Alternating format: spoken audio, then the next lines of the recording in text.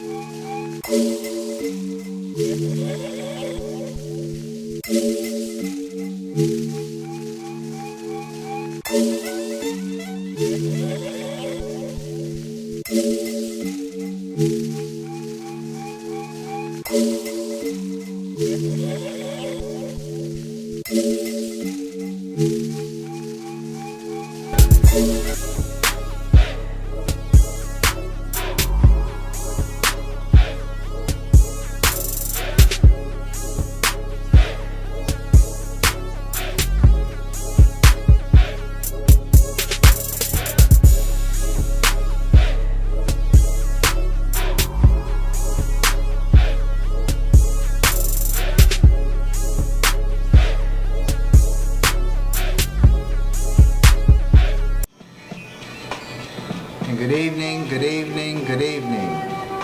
Welcome to The Wise View. I'm your host, as always, Sabir Alim. Another fantastic day here in Florida. I think we hit about 74 degrees, and I don't say that to make any of you jealous or even envious of me being here in the sunshine state. But listen, it is what it is. I am where I am. And wherever I am is where I'll always be. But most importantly, you need to know this, that I am still a Philadelphian. I am still concerned and interested in the politricks of the city of Philadelphia. And one of the things, if nothing else, I want you all to come away from this with is more of an understanding of how we can take better control of the politics in not just the city of Philadelphia, but in other cities, because there is a cancer that continues to wreak havoc upon our communities that we need to rid ourselves of. And we won't be committing or conducting any surgical procedures or any other kind of medical procedures to remove it. The removal of this cancer is going to take unity, but most importantly, an educated mind, so we can begin to understand how we take control of the politics, the politicians in our communities. And this is important. We're right now, we're in the air of more confusion than we ever have been in terms of what's coming down from the White House, right? What will be coming down from the White House. And we need to get a more in-depth understanding as to what's happening. And last week's show was on Politricks 101, and I've been pretty much going over some of the obligations, the responsibilities, and the procedures relevant to how people are voted into office, what they do in those offices, and what we need to begin to do in order to hold folks accountable. Because if we don't start holding folks accountable, we're going to continue to see the deterioration in our communities. Right? Hey Coretta, thanks for tuning in, and as always, I appreciate you. So I've been, following some stories, and I subscribe to PhillyTrib.com, the Philadelphia Tribune, because there are stories that if you don't buy the paper, you probably won't know anything about the things taking place in the city of Philadelphia. And this is important that we also follow what's happening in our communities. And I'm not one who promotes any newspaper, any form of media at all, other than those things which I feel can bring about some more understanding, and also expose some of the resources that are available in our communities.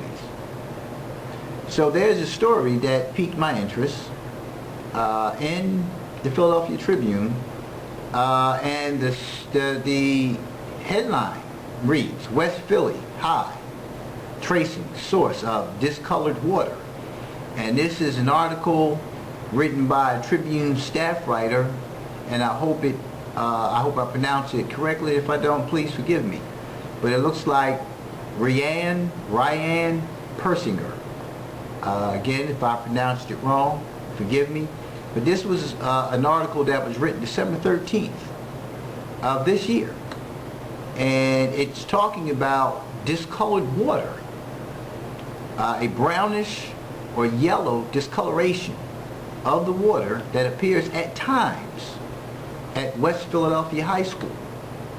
And right now, it says here, and I'm going to quote from the story, the water department and the health department have determined the water is safe for hand washing. And this was a quote from the school district spokesman, H. Lee Wack, Jr.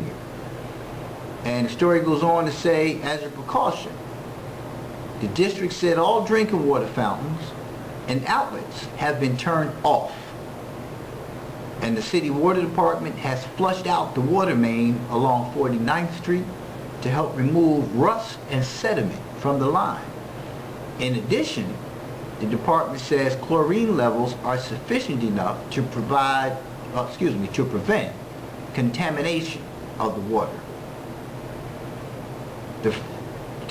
The problem was first discovered on November 17th, after which time the School District of Philadelphia and the Philadelphia Water Department have been working on resolving the issue.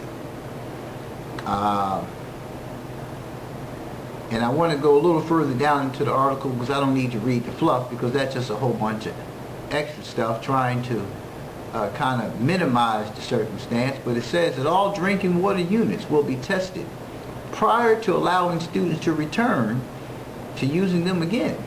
Still, the issue of safe water in schools is an ongoing concern for Councilwoman Helen Jim. Now, I don't know who she is, but you want to look her up. That's G-Y-M. Helen Jim. It could be, again, pronounced incorrectly. Forgive me. But these are names you need to start writing down, and you need to start seeing who these people are, what these people's roles are in different situations, and are they in fact bringing resolve to it, or are they providing a smoke screen so you don't really know what's going on? And this is the person who you need to follow up on. And follow up on, when I say that, I mean that you need to first of all look at how they entered into office, how long they've been in the office, what they represent, you know, their agenda. And I say their agenda because their agenda should be our agenda, but I don't know whether that's fact or fiction. And that's something you're going to need to begin to find out. And it goes on to say, I am deeply concerned by the situation at West Philadelphia High School. Students and staff need immediate access to fresh drinking water, and reports of water rationing are deeply disturbing, said Jim in an email to the Tribune.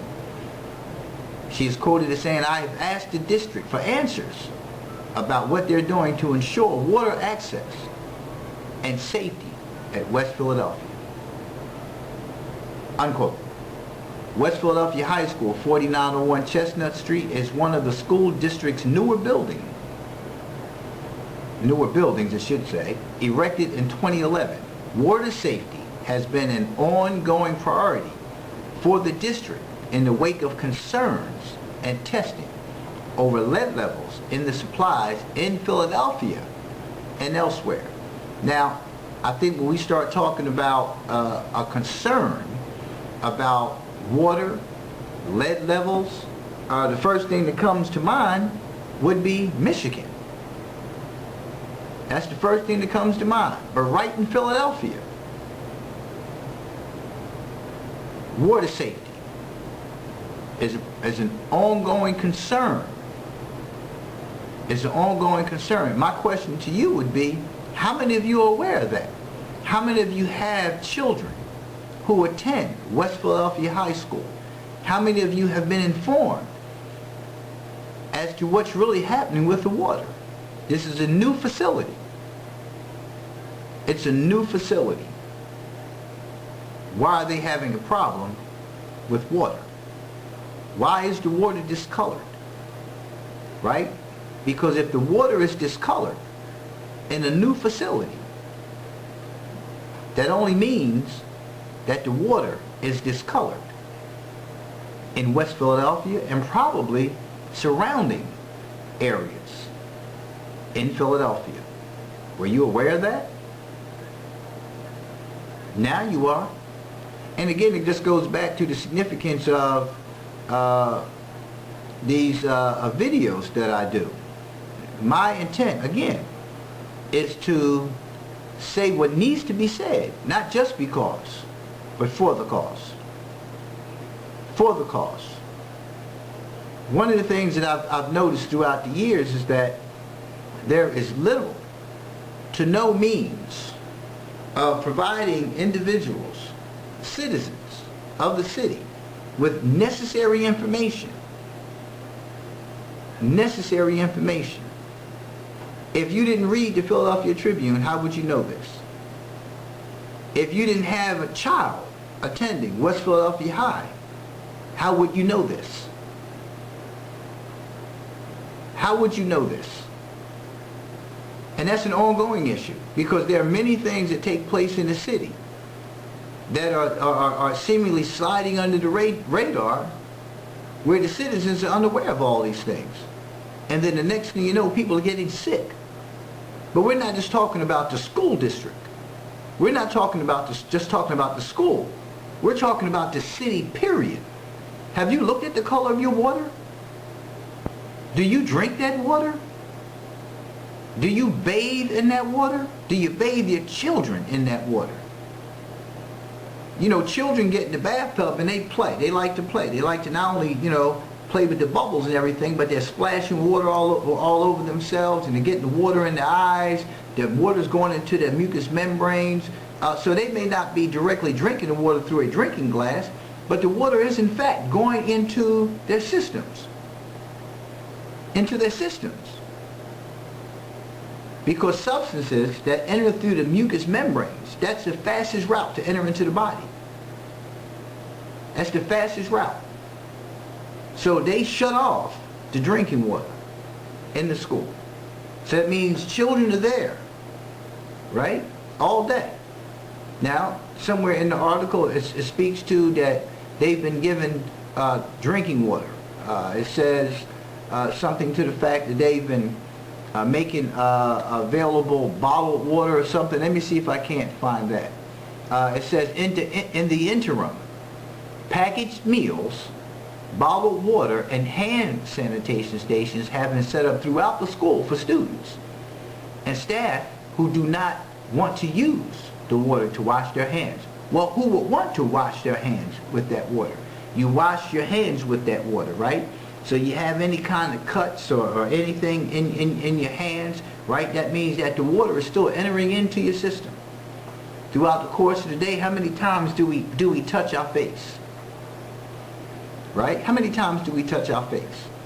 Right? Now, they got hand sanitizing stations throughout the school that they set up as a result of this. But hand sanitizers, first of all, should be set up throughout the schools anyway, because we know all kind of germs are spread. All kind of germs are spread. Now, you said for people who do not want to use the water to wash their hands, but what happens when you go to the bathroom? What happens when you go to the bathroom? You wash your hands, right? How many times do you see people come into the bathroom that don't wash their hands? Now they're in a situation where you can use the water if you choose to. They want to tell you that the water is still safe for hand washing. For hand washing. But how many wash their hands and dry their hands? That means droplets of water still remain on their hand. That means sometimes their hands still remain wet when they go to leave out of the bathroom. They grab the handle, there's still water from their undried hands left on the handles. Right? Now we're already looking at germs anyway, right? Because of the bathrooms. Because we know people don't wash their hands, and even if they're not handles there, people take their hand and put their hands on the panel which you're supposed to use to push the door open. So that means people don't like to use that metal plate that's there that you use. People use the rest of the door.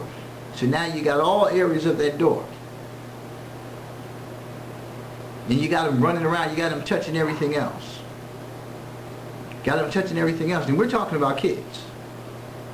Right? I don't care if it is a high school, they're kids. They're your kids. They're my kids. Right? Who are coming into contact with others who are doing the same exact thing. Does this sound like a sense of urgency? An article in the newspaper is written. Has this city created a sense of urgency about this? They're working on it. They've been working on it. It's not a new issue. It's something that's been ongoing. It says it in the article. Do you know that there's an ongoing issue? Who are you talking to about it? Who talked to you about it? Did anyone come around the community and hang things on the door? Did they put flyers in your door? I guarantee you when it was voting time that they came around to every house and put something in your door. Not just once, not twice, probably 3, 4 or more times. They sent somebody to your house to knock on your door and say, hey, this is what's going on. What initiatives are in place for them to do that? What? Should that be initiative taken on by a nonprofit organization that relies upon funding? Whose responsibility is this?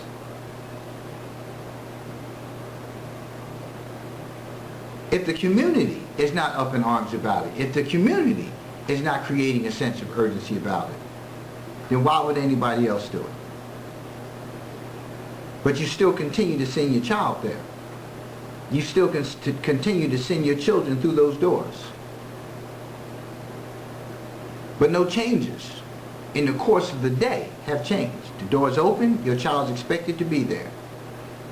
Your child will get some sort of reprimand for not being in school. In a situation, right? In a situation that is hazardous. It's proven to be hazardous. Isn't the same thing that happened in Flint, Michigan? And some will say, well, are you not creating some kind of scare? Well, I don't know. You should be scared. I would be scared if my child was going there. When it's not just restricted to the school. Where's the information in front of you telling you where this water problem, this discoloration is restricted to? The article clearly said that it's been an ongoing challenge for them. So that means that they didn't just, it says, the last thing it says here, and I'm going to read it again. Water safety has been an ongoing priority for the district in the wake of concerns and testing over lead levels in the supplies in Philadelphia and elsewhere. We're not talking about elsewhere. We're talking about in Philadelphia, right? We should be concerned about elsewhere because where is that referring to when they say elsewhere? Is that saying Philadelphia County? Is that saying the city of Philadelphia, the state of Pennsylvania? Is it also speaking to the conditions in other states? What are they speaking about? What's being done about it? Do you know what's being done about it? It doesn't even speak to it. Thank you. Mm-hmm. It doesn't even speak to any of those things. But it's a short article. One councilperson, Councilwoman Helen Jim, is the only one that seems to be addressing it. The only one. I don't see anybody else noted here. I don't see anybody listed here. Nothing. So it should be an issue. And I'm making it known to you now that you need to pass this information on, that you need to pass the video on, you need to pass the article on, and that's on phillytrib.com. That's the Philadelphia Tribune. Right? There's another article that piqued my interest as well, from the Philadelphia Tribune, and this is regarding students choose college education after prison. And this is by the same staff writer, Ryan Persinger. And if I'm pronouncing your name wrong, Ms. Persinger, please forgive me, correct me, and I'll make sure that I make note the correction of your name. This is an article is updated December 14th. And this article is talking about a couple of programs I don't know if you're aware of that Community College of Philadelphia has going on. One of the programs is a REACH. It's a it's a graduate program that they have, and it's part of a reentry support project. And it's talking about this program, and let me scroll down a little bit so I can give you some more information on it, because this is talking about a particular individual, and you know their achievements through entering into this program. But I want to talk about the program because it's important to know that Community College of Philadelphia has offered a lot to those individuals who are formerly incarcerated. They have CCP's Reentry Support Project, REACH, and it's also another program they have, Future Forward. And these programs offer college courses. Let me read from the article here. During the first semester, students enrolled in CCP's Reentry Support Project, REACH, and Future Forward programs take 3 to 4 college courses. Students who successfully finish their first semester, can continue to access benefits, services, and resources from the Reentry Support Project as long as they remain part-time or choose to go to school for full-time. So there's some obligations individuals have, and I'm going to go to the site itself, and I'm going to tell you a little bit about it. So, Reentry Support Project history goes back to 2004. Tara Timberman begins teaching classes for Cumberland County College at FCI Fairton, a medium security level federal prison for men in South Jersey. 2008, Community College of Philadelphia hires Tara Timberman as an assistant professor of English. In 2010, Community College of Philadelphia approves creation of the Reentry Support Project, also known as RSP. Right? RSP's first activities include offering campus students with criminal records resource referrals. It is awarded a College Foundation grant and offers inside-out prison exchange program classes in the Philadelphia prison system. In 2011, RSP establishes the REACH College program in the Philadelphia prison system for incarcerated men. RSP secures funding through the college's U.S. Department of Education's predominantly black institution grant. That's 2011. In 2012, RSP subcontracts with Impact Services through CCP's corporate college to coordinate non-credit workforce training programs supported by a Department of Labor Reintegration of Ex-Offenders grant. Right? In 2013, RSP is awarded a Pennsylvania Commission on Crime and Delinquency Burn Justice Assistance Grant to expand its REACH College program to include a women's version in the Philadelphia prison system and a main campus for men under county supervision. In 2014, RSP launches new REACH College programs, increases staffing, secures new office space, and expands services to all prospective and current CCP students with criminal records. One of the things that's real important to understand here is this. We have a lot of individuals coming out of state and county prisons who somewhat come home without, I would say, more or less supports, family supports as they need, community supports as they need, but most importantly, a lot of them are coming home and don't know what to do, where to go, and some of the organizations that they're going to are blind to a lot of things that are happening as well. But the other part to understand is that some of these organizations are so overwhelmed with individuals in need that a lot of people are on waiting lists. A lot of people come in and they get tired of sitting and waiting. We have to create some other venue for people to be able to access information. We have to. There was a time when a lot of your supermarkets in the community had bulletin boards, community bulletin boards up. And some of them still do, but we don't make good use of them. When we get this kind of information, we need to make sure that we're going around to all these places and looking for these things to be posted. Now, I don't know who's assigned that task. I do know one thing, that the city has to do a better job in making sure that they're getting around to the communities and getting this information up. It should be in our recreation centers. It should be in our local, I can't even say mom and pop stores anymore, because we don't even have the mom and pop stores anymore in most of our communities.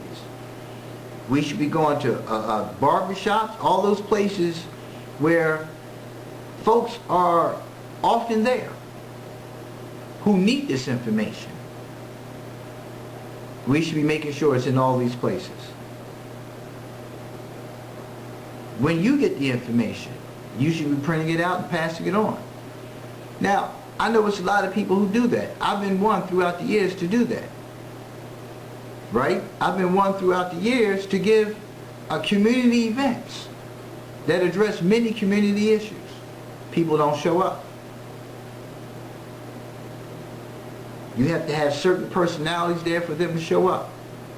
And they only come for those personalities. They don't come for the cause. They come just because. And again, this show is not about saying what needs to be said just because, but for the cause is what we do. Right? And you'll always hear me say we, because Daddy's Right Here is a nonprofit family services organization that seeks to decrease father absenteeism. And for those fathers who are absent, who are coming home from prison, they need to have more to come home to. They need to be able to have resources, right? And when you have all of these city offices that have all this space, and they have all these things on the board, a lot of the things on the board they're outdated. A lot of the things on the board are inaccurate. Like for years, this list of companies that hire formerly incarcerated persons. Old list. It's been going around for years. The same old list. Contact those companies, those jobs aren't available, and people keep saying they have a current list. I still haven't seen a current list. I still haven't seen a current list. And these lists are circulated often. But when you have solid leads, such as the one that I was just telling you about at Community College of Philadelphia, you need to make sure these are the ones that are getting out. And this information is not getting out. Somewhere along the line, we have to change how we're doing things in the city. If you're going to truly help, if you want to truly help, you need to start pressing these politicians to do more in the way of getting information out to folks. We can sit down all day long and say, well, folks don't attend these events. I can sit down and complain about the fact that whenever I gave events, there were a handful of people who were coming in. Most of the people who came to the events that I had were Advent supporters of Daddy's Right Here. Right? They were Advent supporters of the cause. But to get to the community, that's the task. How do we reach the community? You have to reach the community, and I've said this before, and I'm going to continue to say it. You have to reach the community where they are. You have all these bar owners. Where's the community bulletin board? How much time does it really take for you to put up a community boulevard, a community bulletin board in your establishment? How much time does it really take? How much cost? How much cost is really involved for a community bulletin board? Everybody keeps talking about how much they care. Where's the evidence of that? You can't just continuously rely upon the same handful of people. And that's what happens in the city of Philadelphia. Especially when you look at the political arena. You got the same handful of people, you know, in the offices who are doing the same work, but they remain in office. There's still no change. And again, I'll always say this, there are politicians out there who are actually acting as public servants. But there are many who are not. But you keep voting them into office. Just because. I'm no genius. The evidence is right there of what you can do to change. The question is, why aren't those things changing? Why aren't they changing? And if you truly want change, what are you doing to initiate the change? Mobilizing the community to bring about change is not a difficult thing to do. The problem comes into play when you say this is what we want to do and we're not persistent in getting it done. The city works hard to bring certain entertainers to Philadelphia to perform on the Parkway. Come hell or high water, they make it happen. And that's just an example of the crumbs that are continuously thrown to the community, to the citizens, to the taxpayers. The same crumbs.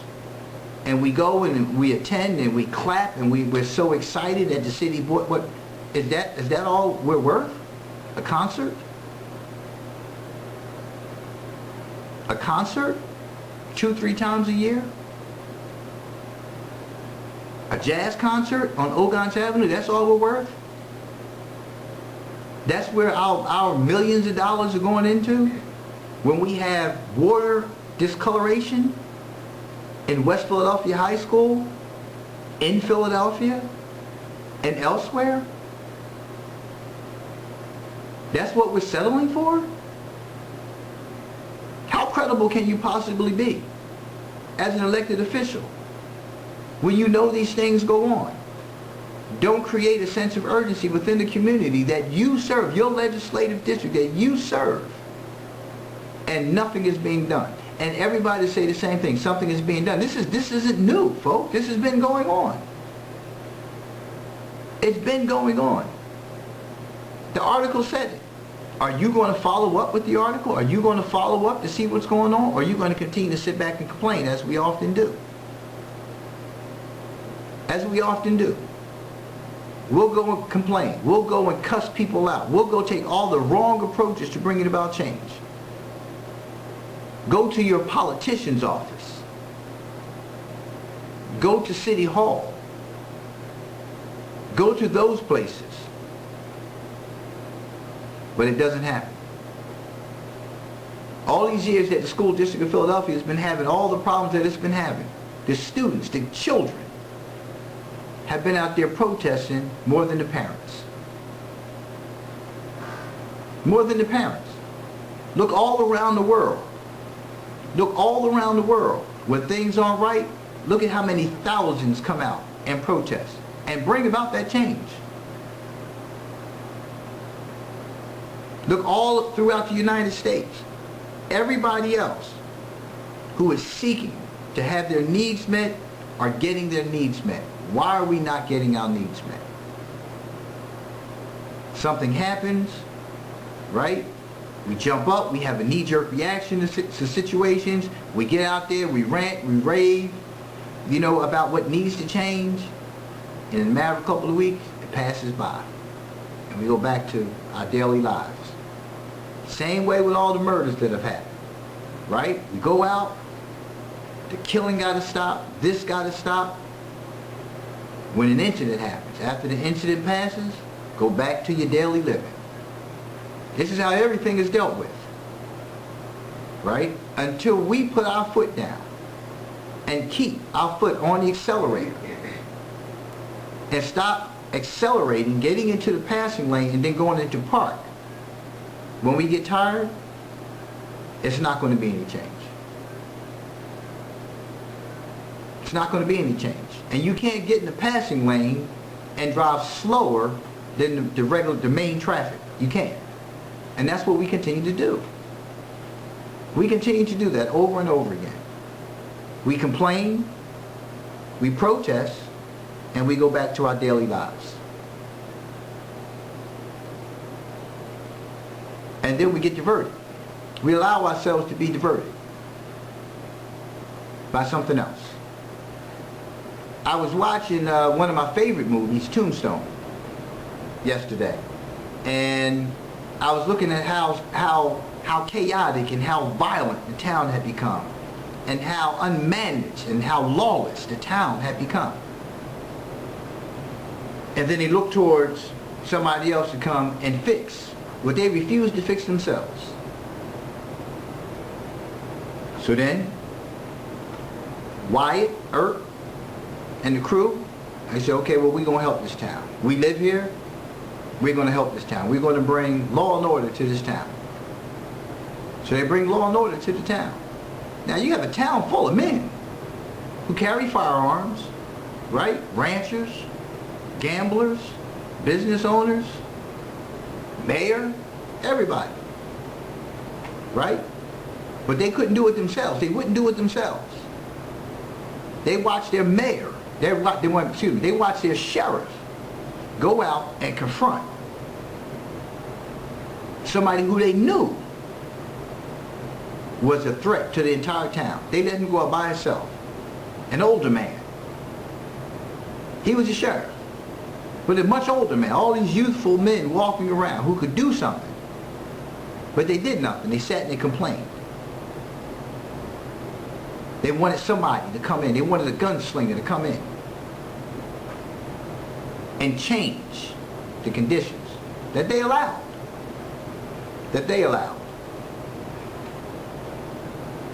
So Wyatt and his brothers did that. No guns allowed in our town. You come in, you leave your guns. You take off your belt, you turn your weapons in, you can get them when you leave town. You go into the bar, the saloon, disarm yourself, give your guns to the bartender.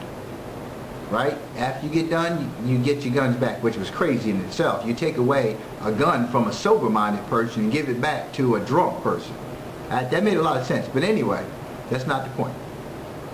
The point is, you had a whole town full of people, men, who did absolutely nothing. So now we came to a situation where something happened, somebody got jailed, somebody got shot, and they returned. And the town knew, the mayor knew what they were coming back to do. The mayor even came and told them what they were there for. Are they down there talking about, killing y'all? He came and told them. Wanted them to do what? To stand there and wait. No, they weren't going to wait. What? If you just told me they were coming for me, I got a shield on. I'm going to go take care of that. Because not only am I thinking about myself, but I'm thinking about the town too. Because if they're brazen enough to tell you, the mayor, that they're coming after me, and I don't handle it, I'm exposing everybody else to the same threat. So that badge, that shield, means I need to go take care of that. Or we're going to have lawlessness again. So they went down there. They went down there attempting to handle it the right way, to disarm the men. They didn't want to disarm. They didn't want to disarm. So it went down. And then all the townspeople, after it went down, sided with the mayor, who did nothing. And the mayor wanted to arrest the lawmen. The lawmen for doing what needed to be done. But they approached it the right way. They got Drew on, and they opened up, and they took them all out. It's the same exact thing that happens in the community. You got all these young men, all these so-called tough guys, right? Who got all this old tough talk over Madden football, over video games. They got all this tough talk. beating each other down, shooting each other over video games. While all the while, all these other things going on in the community, they're acting like they're oblivious to. But you got the older men, the seniors of the village, going out there approaching situations by themselves. Because the young ones ain't doing nothing. Nothing. Not a thing. And once again, everybody wants to fall back. You want to dial 911. When the police come, nobody's seen anything. But everybody saw everything that took place. But they had the discussion about who did what behind closed doors. They saw who it was, but nobody videotaped it, and nobody even slid a note under the door to the police and said, hey, you want to look at this person. People have all this technology in their homes, cameras all over the place. But nobody caught that on their home video. Right? And if they did, they didn't turn it in. But they'll watch it themselves. Some criminal-minded individuals sit down there and watch it like they're watching Saturday Night Live. But they won't turn it in. Same thing. Same exact thing. And you watch all these Western movies and you see all these town folk. They do the same thing over and over again. And they want the law to come in and clean it up. But they won't do it themselves. Magnificent Seven, another movie. Wanted all these folks to come in and do this. Clean up the town. They came in to clean up the town. They had to teach people how to utilize guns. They had to teach people how to defend themselves.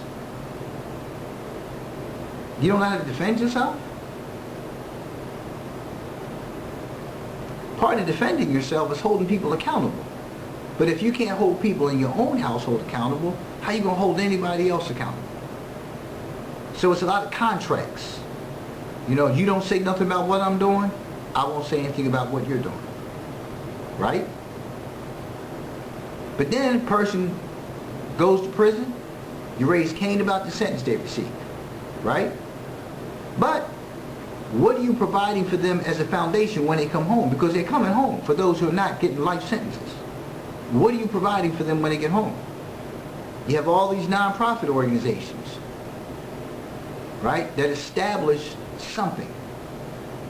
And they're limited on what they can do. When you look at education, we all know the significance of education.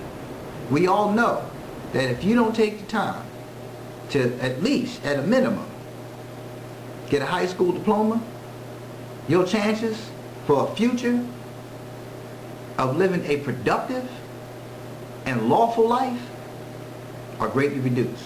And now you add incarceration to that. So these two programs, right, that I've been talking about, this reentry support project history that Community College of Philadelphia has going on, y'all need to look more into that. You need to look more into that. And now there's another program, Future Forward, and this program, let me see, this is from the Community College of Philadelphia website. Philadelphia District Attorney creates new pre-trial felony diversion pilot program, Future Forward. Now this was December 7th, 2015, so I don't know what its status is right now as far as it's functioning, but you can find that out. And all you have to do is contact Community College of Philadelphia and see what it is that's going on there. Right? That's all you have to do. And now it talks about here, during the year-long program, enrollees will earn a minimum of 24 credits at Community College of Philadelphia, complete life skills classes, and engage in a student support group. Throughout the program, participants will also be assigned a case manager and have their progress monitored during regular status hearings before the Honorable Sheila Woods Skipper. If they remain arrest-free for 1 year after completing Future Forward, they will also have their record expunged. That sounds great to me. That sounds great to me. Sounds like a plan to me. I'll have my record expunged, right? I'll have some life skills classes. I'll engage in a student support group And if I stay arrest-free for a year, right? Which programs like this, these kind of programs being offered, it enable me to do that because I have somebody to connect with. I have an outlet. I have some resources. I have some hope. I have some hope. We can't continue to see our men and women released from prison, whether it's a state prison or whether it's a county prison. We can't continue to think that they're going to be successful if we don't do better with reentry. That's an unrealistic expectation. You come home to what? What are you coming home to?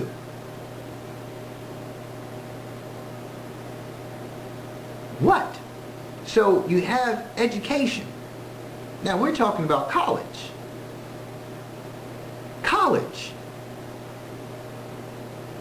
So during the course of all that, for those who don't have high school diplomas, they can be getting involved in this program.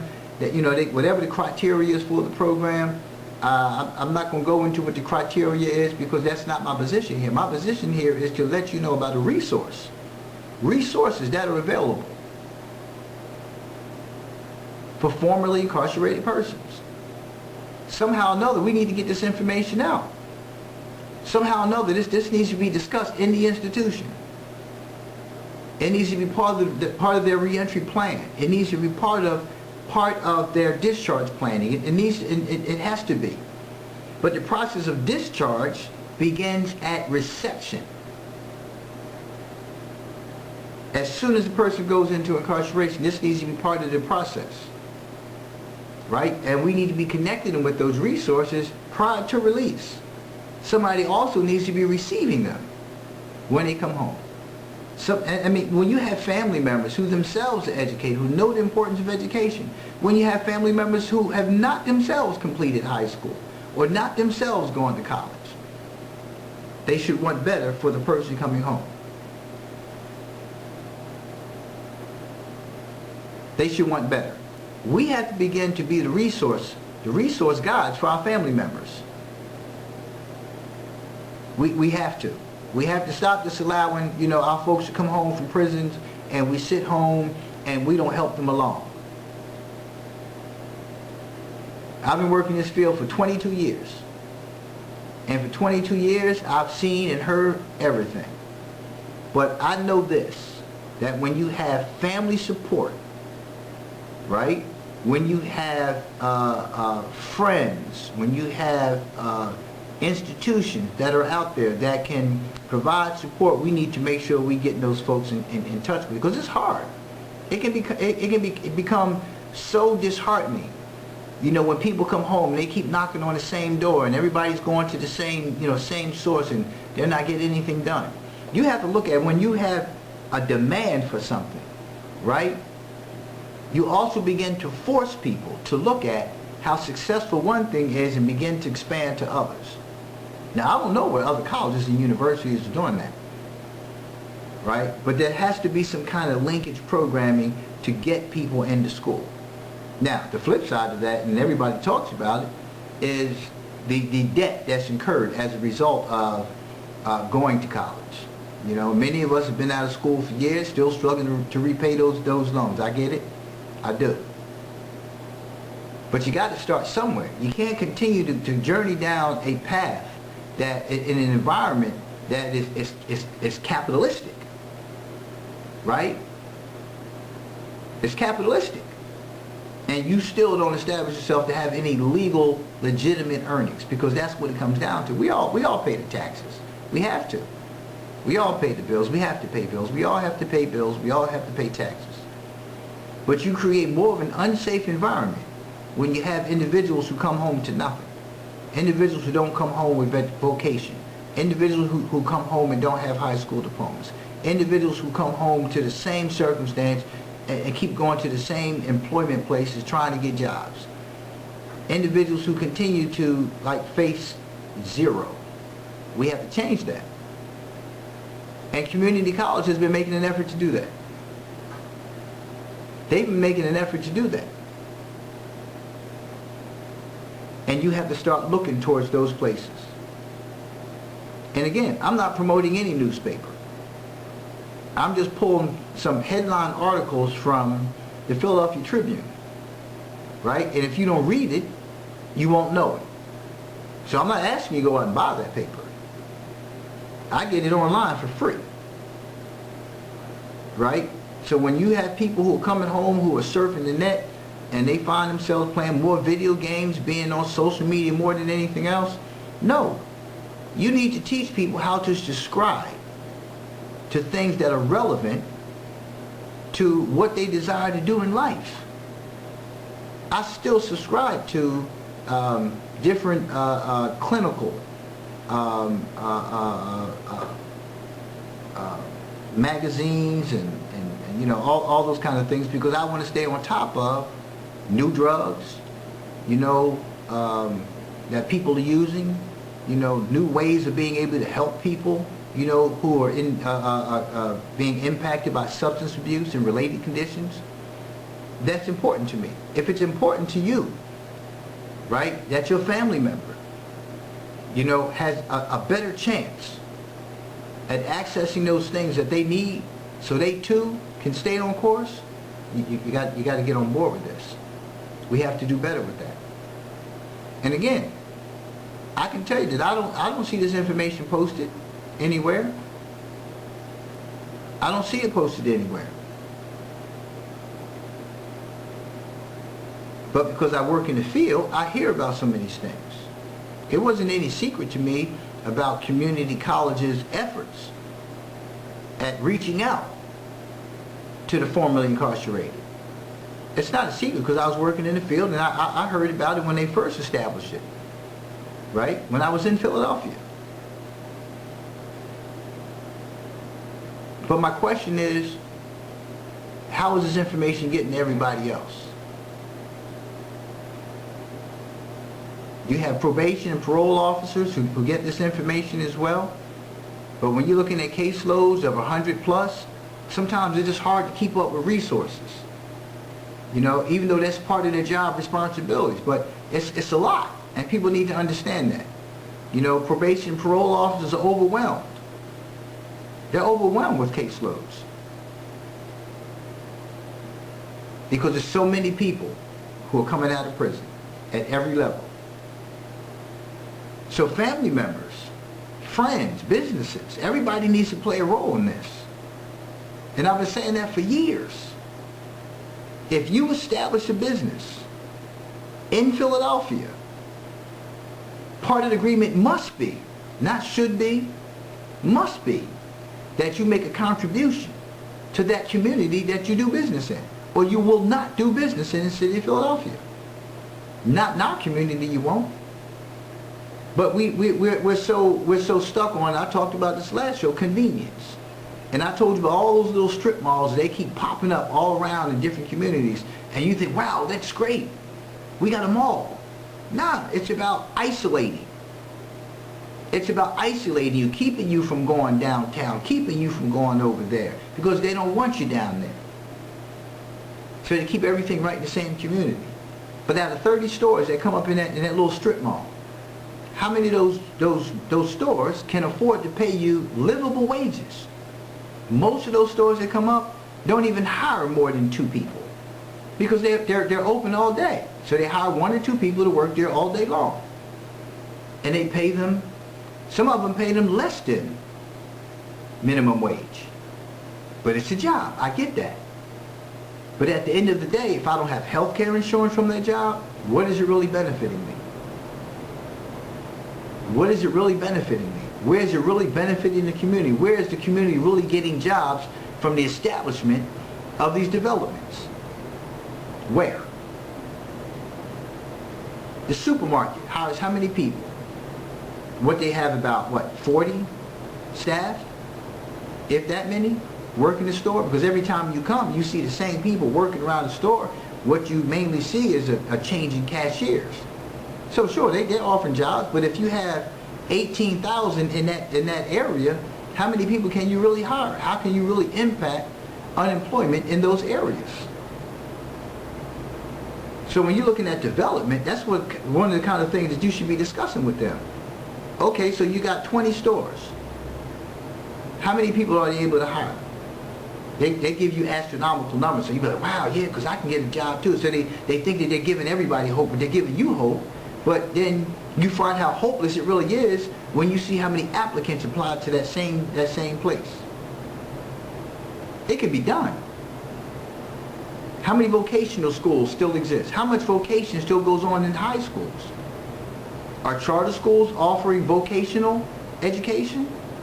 And how many of those places are hiring? How many places are hiring?